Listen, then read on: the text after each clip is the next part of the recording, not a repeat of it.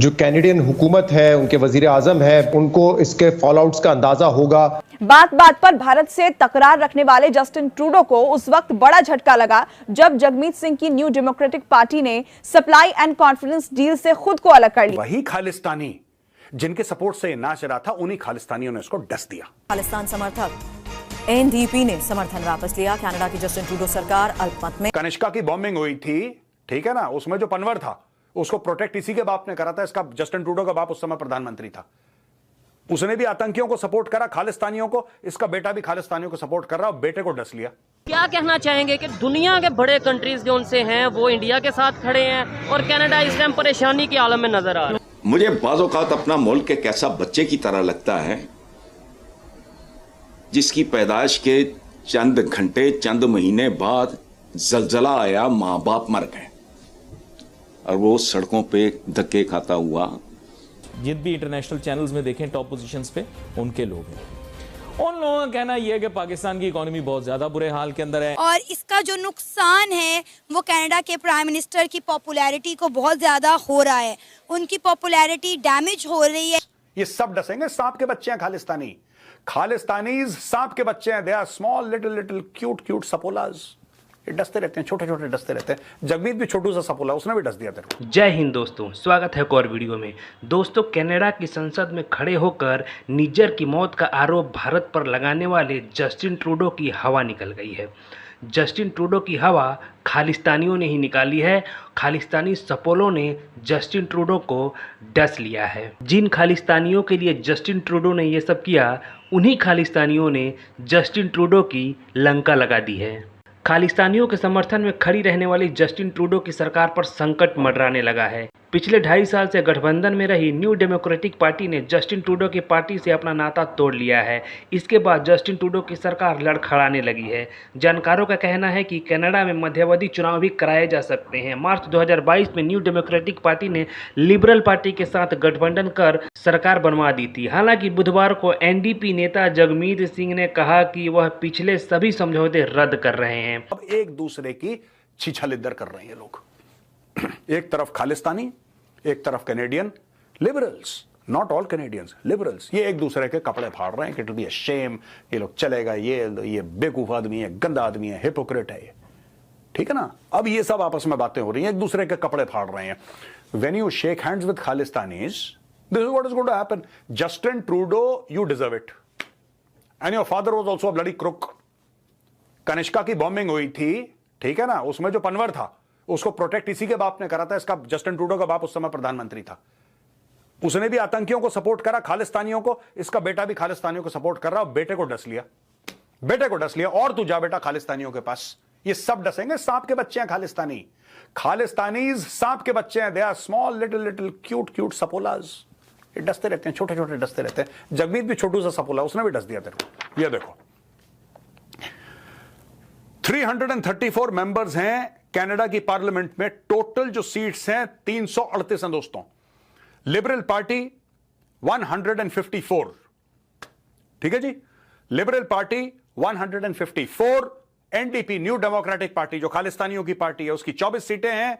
Block क्यूबेकॉय, इसकी 32 सीटें हैं। इंडिपेंडेंट 3 है, ग्रीन पार्टी 2 है, और कंजर्वेटिव्स जो पियर पॉलिवरी की पार्टी है उसमें 119 है। आज की तारीख में यह करंट सिचुएशन है, ठीक है। तो लार्जेस्ट पार्टी जो है वो पार्टी है जस्टिन ट्रूडो की, लेकिन वो मेजॉरिटी में नहीं है, उसको लोगों का सपोर्ट चाहिए। यहां पे सपोर्ट हटा दिया गया है। अब सपोर्ट से वो कितना आगे चल सकता है बिना इनके सपोर्ट के? क्या 2-4 इंडिपेंडेंट्स को मिल मुला के कुछ अपनी पार्टी को प्रॉप अप कर सकता है? अगर सरकार गिर जाती है, क्या दोबारा इलेक्शंस होंगे? अगर दोबारा इलेक्शंस होंगे तो पेरी पोलिवरी की जो पार्टी है, कंजर्वेटिव पार्टी, क्या वो पावर में आएगी? मुझे ऐसा लगता है दोस्तों कि भारत की सरकार को पूरी जान लगा देनी चाहिए इसमें, तभी ये खालिस्तान नाम का कैंसर कनाडा से हटेगा। Khalistan is a cancer. इस कैंसर की अगर सर्जरी करनी है तो India should prepare a war chest of $100 million. हमारे लिए पैसे की कोई, we are far far richer than Canada. हमारे पास कनाडा से बहुत ज्यादा पैसा है, right? We should prepare a war chest of at least $100 million. Have our top AI people, हमारे टॉप एआई के बंदे, हमारे टॉप इंफॉर्मेशन वॉरफेयर के बंदे, हमारे टॉप डिजिटल मीडिया के बंदे, राइट? और इस वॉर चेस्ट से आप एक काम करिए, जो आपके $100 मिलियन हैं, आप ऐड दीजिए अखबारों में। कनेडियंस को यह बताइए कि किस तरीके से जस्टिन ट्रूडो ने कनाडा को फूंक दिया आग लगा के। आप खालिस्तानियों को एक्सपोज करिए, राइट? आप कैनेडियन थिंक टैंक्स को बोलिए, उनको फंड करिए। आप उनको बोलिए कि तुम आर्टिकल्स लिखो न्यूज़पेपर में।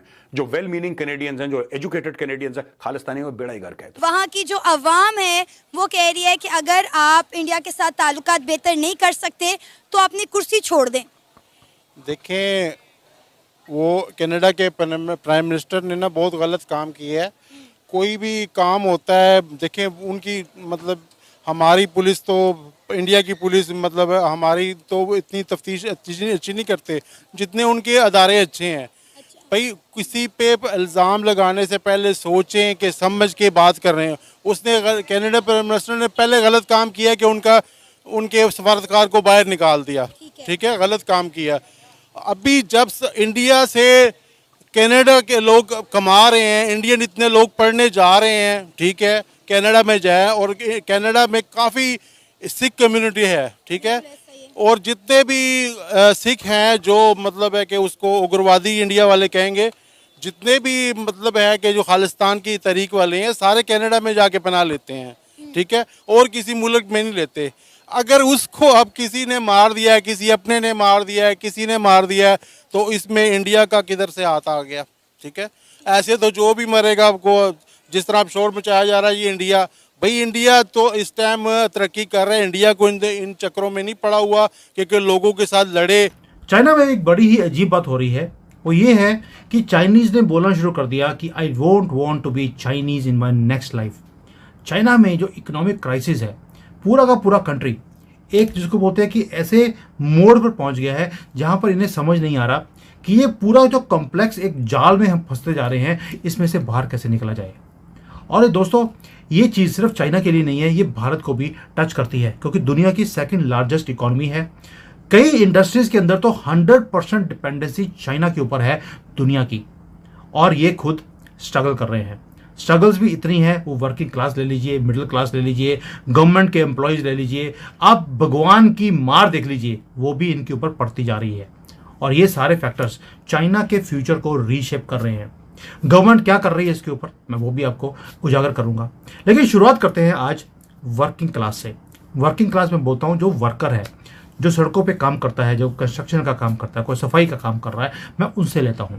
जर्नी अपनी वहां से शुरू करते हैं, स्ट्रीट्स ऑफ बीजिंग से, जहां पर जो इकोनॉमिक डाउनटर्न है वो साफ आपको दिखना शुरू हो जाता है बड़े बड़े सिटीज़ के अंदर। आप सोच के देखिए, रात के 9 बजे हों, 40 साल का एक आदमी जो पहले किसी कंपनी का चेयरमैन था, आज वो डिलीवरी मैन का काम करता है, सड़कों के साइड पे बैठा हुआ है, वो थोड़ा सा खाना खा रहा है, एग्जॉस्टेड है पूरा दिन भागा दौड़ी करने के बाद, और वो अपने फैमिली के साथ बात कर रहा है, बच्चों को सोने के लिए बोल रहा है कि भैया आप सो जाओ, मैं तो रात को 12-1 बजे आऊँगा।